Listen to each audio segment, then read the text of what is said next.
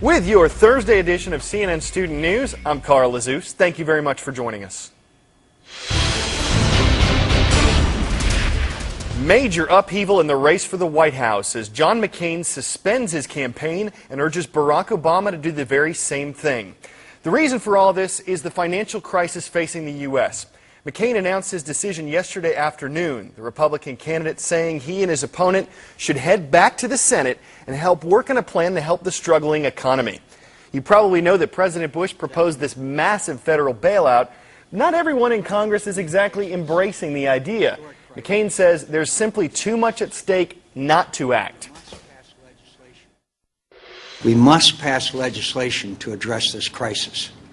If we do not, credit will dry up with devastating consequences for our economy. People will no longer be able to buy homes, and their life savings will be at stake. Businesses will not have enough money to pay their employees.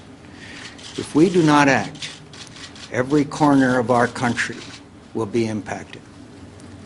We cannot allow this to happen. Senator Obama said yesterday that he and Senator McCain were working on a joint statement about the bailout proposal just minutes before McCain made his announcement. Senator McCain has also suggested postponing this Friday's presidential debate.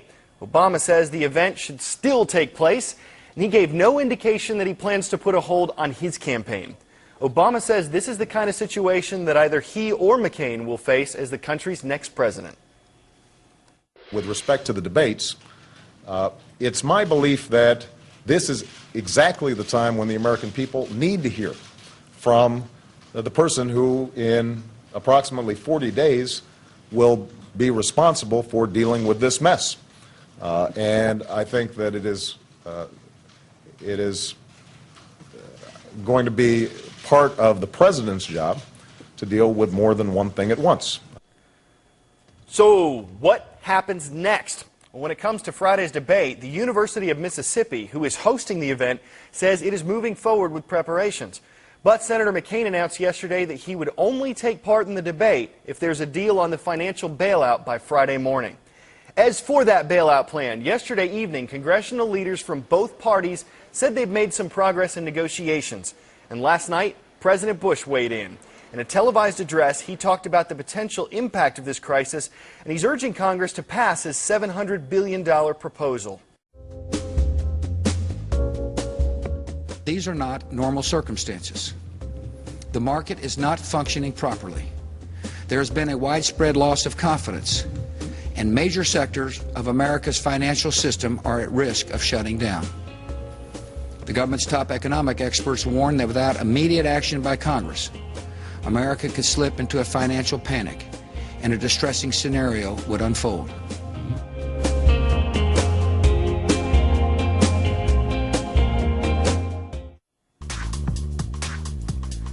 You can bet that the economy is going to be a big story for quite a while. Make sure you understand what everyone's talking about. Bankruptcy, mortgage, foreclosure, they're not words you get to use every day. But those terms and about 100 others are all covered in our financial glossary. Check that out at cnnstudentnews.com. On November 4th, exactly 40 days from today, people will line up to cast their ballots for the next president.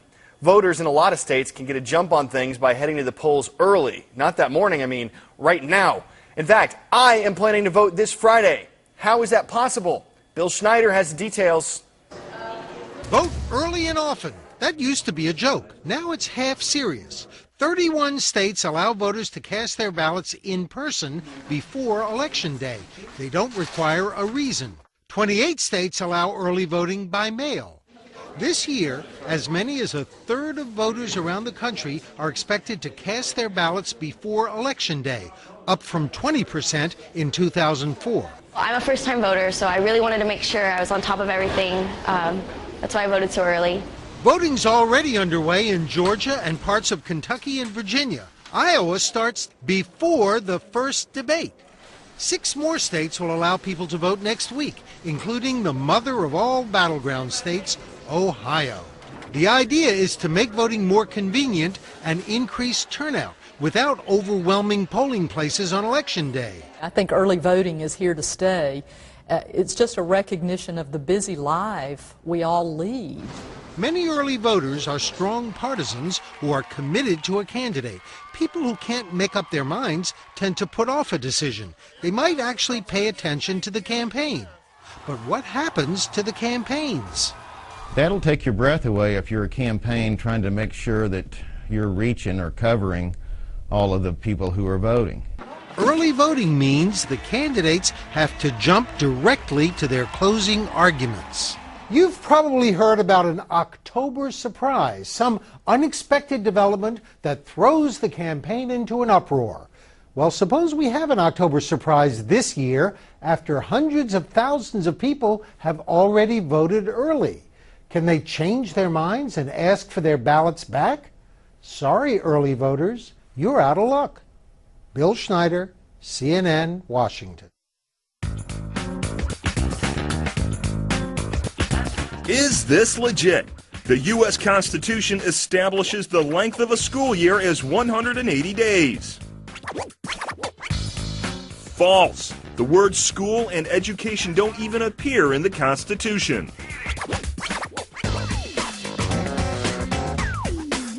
Now, surveys do show that most states actually have a school year that's around 180 days long.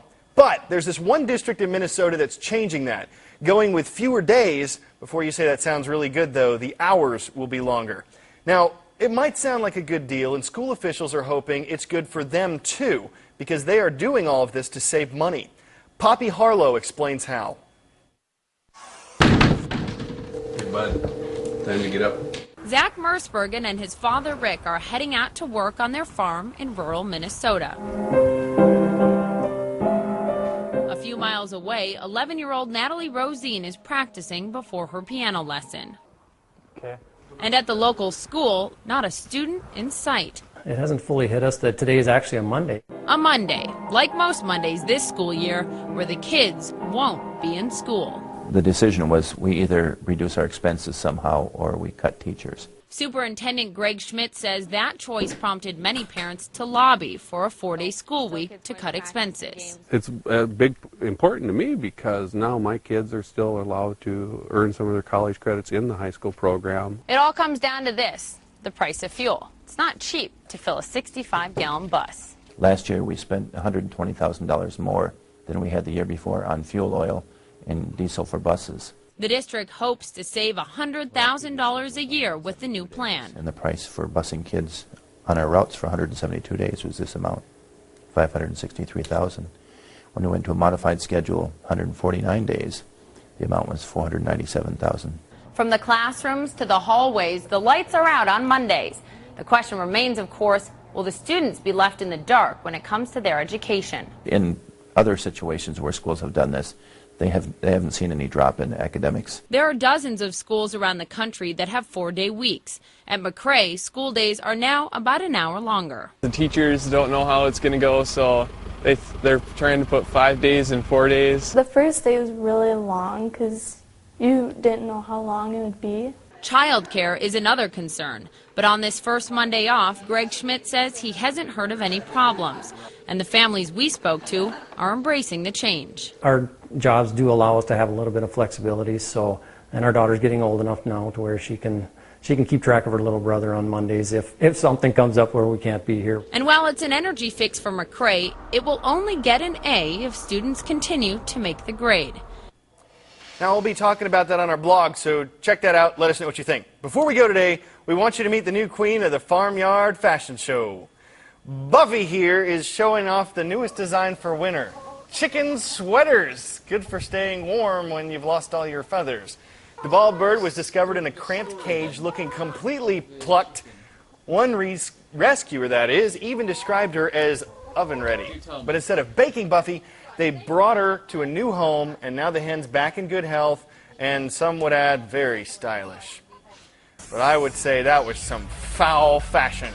You guys have a great day. We'll see you again tomorrow to close out the week.